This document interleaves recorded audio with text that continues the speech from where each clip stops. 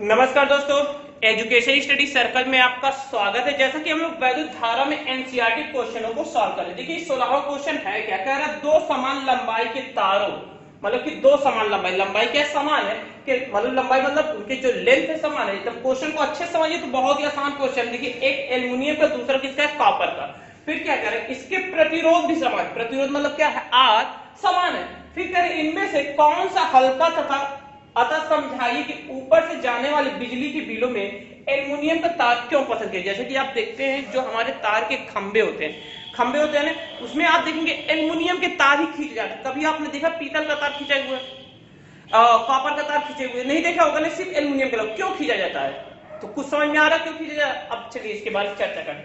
सबसे पहले देखिए सॉल्व करेंगे, सॉल्व में कर देंगे। ये सब दिया है, ये सब दिया है, आपका दिया है, ये तो क्वेश्चन में ही दे दिया है पहले से ही। अगर आप देखेंगे ध्यान से तो सॉल्व करेंगे तो हम देख रहे प्रतिरोध क्या है, प्रतिरोध दोनों का समान है। जब प्रतिरोध समान है तो आप देखेंगे जो विशिष्ट प्रतिरोधकता निकालते हैं डेल्टा ए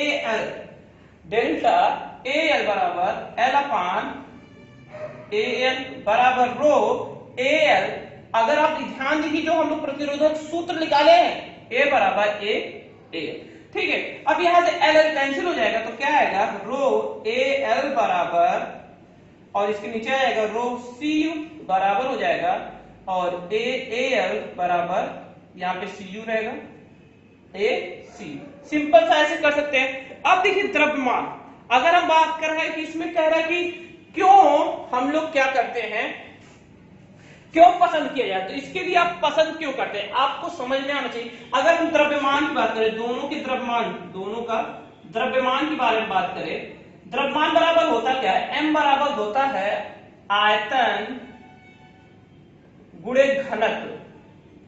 याद आ रहा है आपको फॉर्मूला, आयतन गुणे घनत्व। सिंपल सा फॉर्मूला है आयतन गुणे घनत्व। तो यम ए एल ले ले और यम सी यू, क्यों घनत्व बराबर है देखिए। और आयतन का क्या होता है, ए एल इंटू एल, और क्या हो जाएगा आपका, और आपका क्या हो जाएगा डी ए एल। घनत्व है, घनत्व दिया है आपका डी एल, घनत्व अपेक्षिक, तो यहाँ पे ए सी यू हो जाएगा इंटू एल और इंटू डी सी यू। ठीक, सिंपल सा। अब निकालेंगे M A L M C U, copper का द्रव्यमान और एल्युमिनियम का द्रव्यमान। तो यहां पे आप लिख सकते हैं, इसके अलावा जो आपने देखा है कि ए एल बराबर एल एल से तो कैंसिल हो जाएगा, ये दोनों का स्थान पे आप क्या लिख सकते हैं, rho A L upon rho C U और into D A L D C U. अब फिर इसके बाद आप मान लीजिए रो का मान कितना दिया है, रो ए एल का 2.63 गुणे 10 घाते -8, और यहां हो जाएगा 1.72 गुणे 10 घाते -8, और इधर आपका दिया है 2.7 गुणे 8.9। तो अगर आप दोनों को डिवाइड करते हैं तो एम ए एल और एम सी यू बराबर आएगा 4/6 बराबर लगभग 1/2 के। अर्थात इससे क्या पता चल रहा है, इससे आपको यह पता चल रहा है, देखेंगे क्वेश्चन बहुत ही प्यारा है। अब इसका जवाब दीजिए कि जो हमारे खंभों के जो तार होते हैं वो क्यों होते हैं, क्योंकि यदि हम कॉपर का तार के तार का प्रयोग करते हैं तो खंबे बहुत मजबूत होने चाहिए, बहुत मजबूत होने चाहिए। मजबूत होने चाहिए इसका क्या मतलब है, क्योंकि भाई जो हमारा जो कॉपर का तार होता है वो एल्युमिनियम से बहुत ज्यादा भारी होता है, बहुत मतलब कि उसका दुगना होता है, उसके दुगना होता है, भारी होता है, मतलब उसके आधे के बराबर होता है, दुगना, बहुत मजबूत होना चाहिए। क्योंकि एल्युमिनियम का तार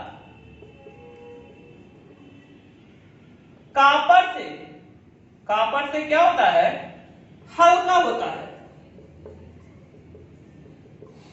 इसलिए बिजली के बिलो के लिए, बिजली के बिलों के लिए क्या करते हैं हम लोग में एल्यूमिनियम का तार का प्रयोग करते हैं। क्या होता भारी होने, अगर जैसे कि देखिए अगर हम बनाते हैं, मान लेते कॉपर का तार का प्रयोग करते तो इतना ज्यादा लंबा तो उसकी क्या होती भाई, भारी भी होगी, द्रव्यमान भारी होगा, और द्रव्यमान भारी होगा तो उसके दुगने भार की वजह से क्या होता, खंबे को गिरने से ज्यादा डर रहेगी, इसलिए हम लोग इसका प्रयोग करते हैं। क्वेश्चन समझ में आया आपको? अगर समझ में आ रहा हो तो जो लोग अभी चैनल में नए हैं, जिन्होंने चैनल को सब्सक्राइब नहीं किया है तो प्लीज सब्सक्राइब करें। नेक्स्ट क्वेश्चन चलते हैं, बहुत ही प्यारा क्वेश्चन है। देखिए कुछ जो क्वेश्चन है वो आपको आंसर देने हैं, आपको अच्छा भी लग रहा होगा, ठीक। चलिए देखिए नेक्स्ट क्वेश्चन क्या कह रहा है, 17वां कह रहा मिश्र धातु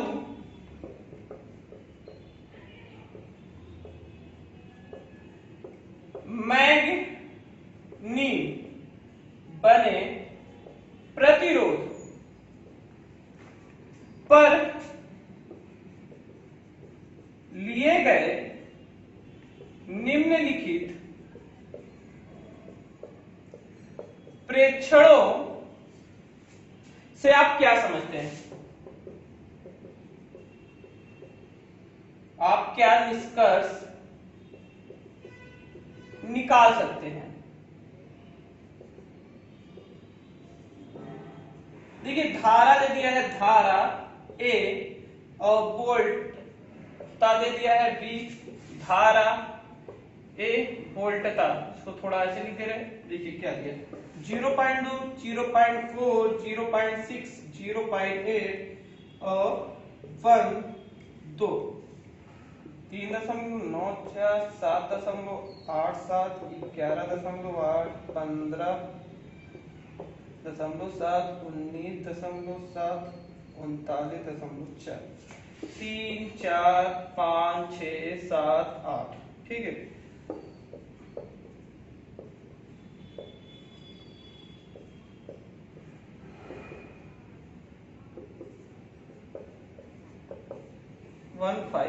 तो ये दिया है।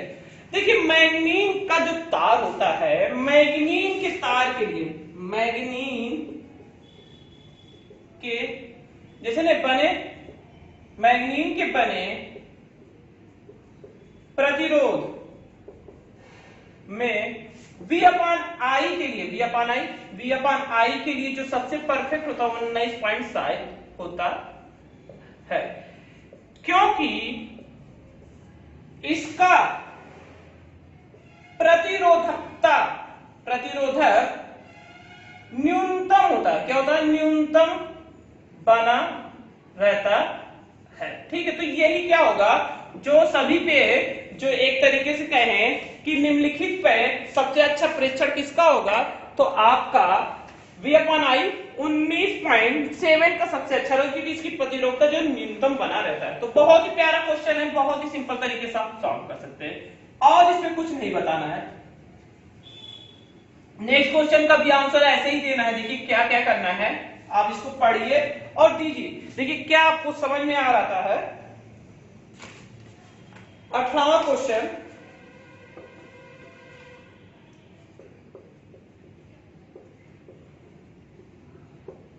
निम्नलिखित प्रश्नों के उत्तर दीजिए।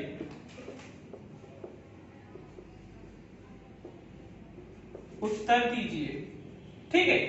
निम्नलिखित प्रश्नों को उत्तर देना। अब पहला क्वेश्चन क्या कह रहा है आपका, ए, किसी असमान अनुप्रस्थ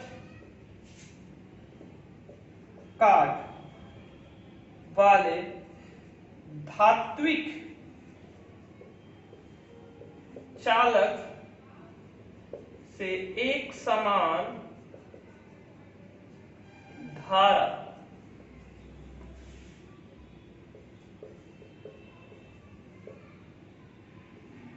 होती है, निम्नलिखित में से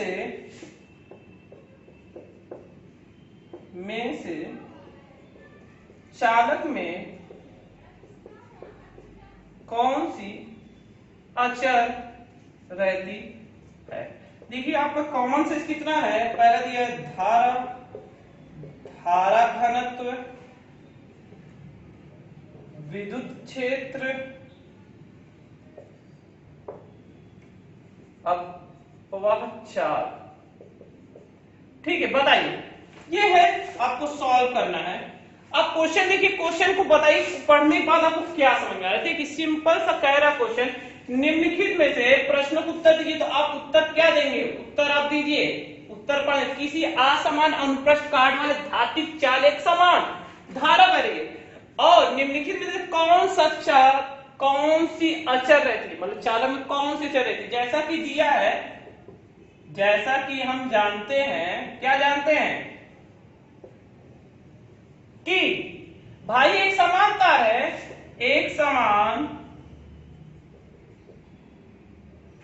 समान तार में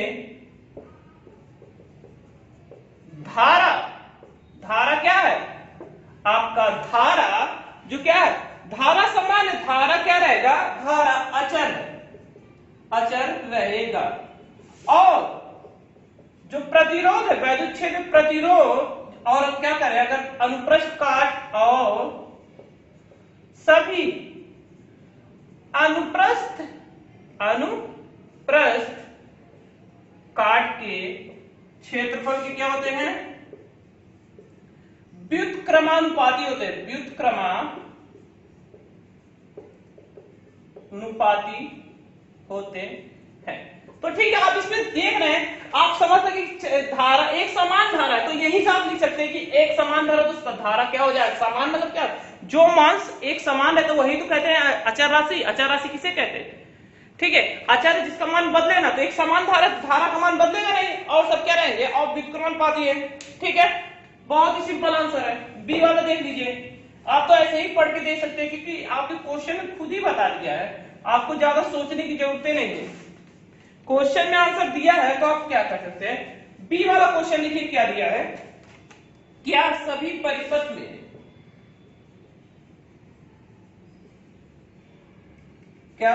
परिपथी अवयव के लिए ओम का नियम सार्वत्रिक रूप से लागू है।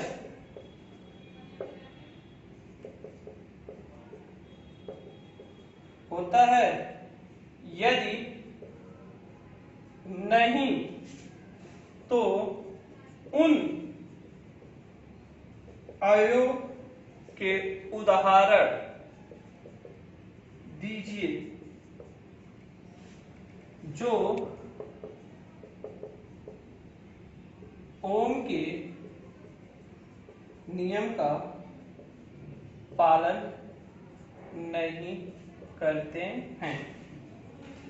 अगर आप लोग हमारा, जब हम ओम के बारे में पढ़ा रहे थे और ओमी परिपथ, अनओमी परिपथ अगर हमने पढ़ाया है, तो आप वही उदाहरण है, अगर आपने ध्यान से पढ़ा है, जो ओम के नियम का पालन नहीं करते, क्योंकि भाई ऐसे भी परिपथ है, सभी परिपथी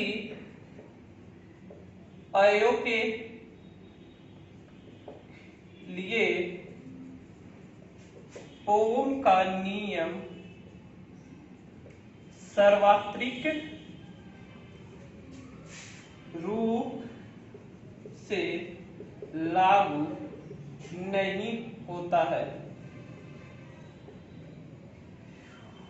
उदाहरण क्या देंगे, अगर आप जानते हैं कि अगर इसके पहले बार देखिए, हमने आपको ओमी नियम अनओमी परिपथ के बारे में बताया था, आपने पढ़ा है।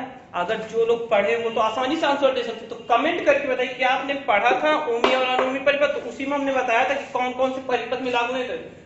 क्या बताया था, डायोड वाल्व, ट्रायोड वाल्व, अर्ध, आपने याद है कि नहीं आपको? परिपथ आपको याद, संधि, डायोड। तो ये इतने सारे जो एग्जाम्पल आपको याद होगा कि डायोड वाल और ट्रायोड वाल, ठीक है, क्या कहते हैं, नलित वाहिका, नलित वाहिका, इतने सारे एग्जाम्पल हैं, आप आसानी से दे सकते हैं। लेकिन आपने अच्छे से पढ़ा नहीं, इसलिए आपको ये क्वेश्चन समझ में नहीं आया होगा। और इसमें सभी में नहीं लग सकते, क्योंकि अनोमी और ओमी, क्योंकि हम अनोमी परिपथ के नियम से जानते हैं कि वे परिपथ जो ओम के नियम का पालन नहीं करते, मतलब वी आई आर का मान जिनका जो क्या रहता है, नियत नहीं होता, उन्हें हम अनोमी परिपथ कहते हैं। तो वही इसी का एग्जाम्पल इसमें पूछा गया है, और हमने इसका एग्जाम्पल आपको दिया था, उसमें भी डायोड, ट्रायोड वाल का। तो याद रखिए डायोड और डायोड वाल का। देखिए क्वेश्चन बहुत ही अच्छे अच्छे हैं जो आप जानते हैं। देखिए क्या होता है, फिजिक्स को एकदम डीपली पढ़ना होता है, और लेकिन अगर आप नहीं पढ़ेंगे तो क्वेश्चन समझ में नहीं आएगा, और जब क्वेश्चन समझ में नहीं आएगा तो जाहिर सी बात है आप आंसर गलत नहीं दे पाएंगे, क्योंकि आंसर बहुत ही आपको सब पढ़ा चुका है। किसी निम्न वोल्टता संभरण जिससे उच्च धारा देनी होती है का आंतरिक प्रतिरोध बहुत कम होना चाहिए। ठीक है, इसका उत्तर आप क्या देंगे, मतलब किसी निम्न वोल्टेज का संभरण जिसे उच्च प्रतिरोध देनी होती है, तो कह रहा है कि जिसका कह रहा है आंतरिक प्रतिरोध क्या हो,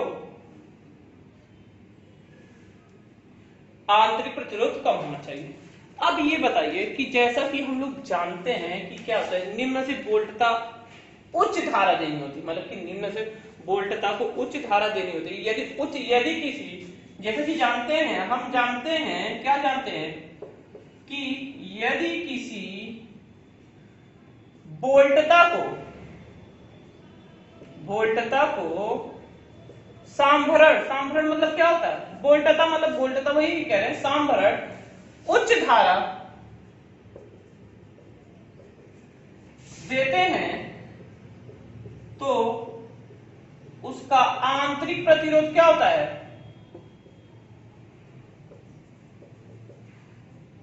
कम होना चाहिए, कम होता है। और यदि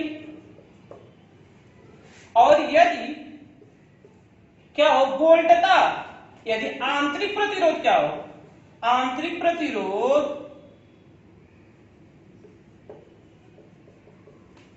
अधिक हो,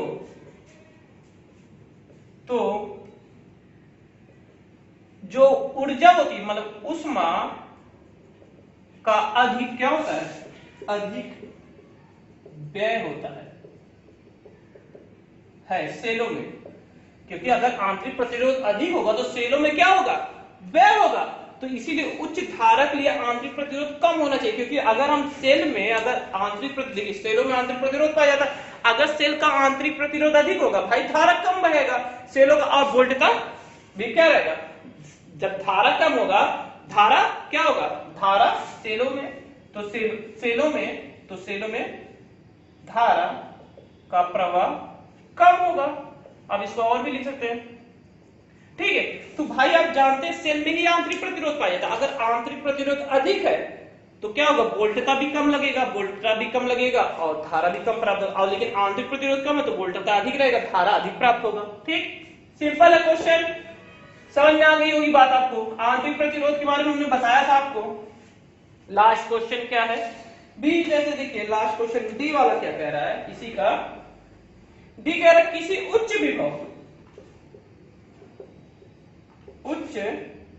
विभव HT संभरण मान ज्ञात कीजिए। मान लीजिए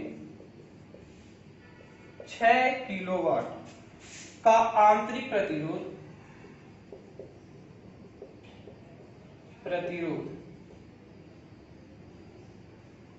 अधिक मान होना। अब इसका क्या उत्तर देंगे आप बताइए, कमेंट करके बताइए, जल्दी जल्दी बताइए। ठीक, बहुत अच्छा क्वेश्चन। उत्तर में आप क्या लिखेंगे? देखिए कह रहा किसी उच्च विभव के लिए सामर्थ्य की मान, जैसे कि हम जानते हैं धारा, अधिकतम धारा, धारा के लिए देखिए अधिकतम प्रतिरोध का मान होना चाहिए, मतलब कि अधिकतम धारा का मान जो होता है आई मैक्सिमम के लिए क्या होता है, E अपान आर होता है। ठीक है, यही एकदम सिंपल देखिए E अपान आर होता है। यदि आपका प्रतिरोध अधिक होगा तो प्रतिरोध विद्युत वाहक बल, बल क्या होगा, कम होगा, और धारा अधिक क्या होगी, अधिक बहेगी। ठीक, सिंपल सा है, इसको आप एग्जांपल के थ्रू बता सकते हैं। ठीक है, बहुत अच्छा क्वेश्चन था, आपको समझ में आ रहा होगा, पहले एक दूसरे से लिंक है। तो आपको ये वीडियो पसंद आ तो कमेंट जरूर करिए, और जो अभी तक चैनल नए सब्सक्राइब नहीं किया प्लीज सब्सक्राइब करिए, और लाइक का बटन जरूर दीजिए। नमस्कार दोस्तों, नए वीडियो में नई जानकारी प्रस्तुत होता है।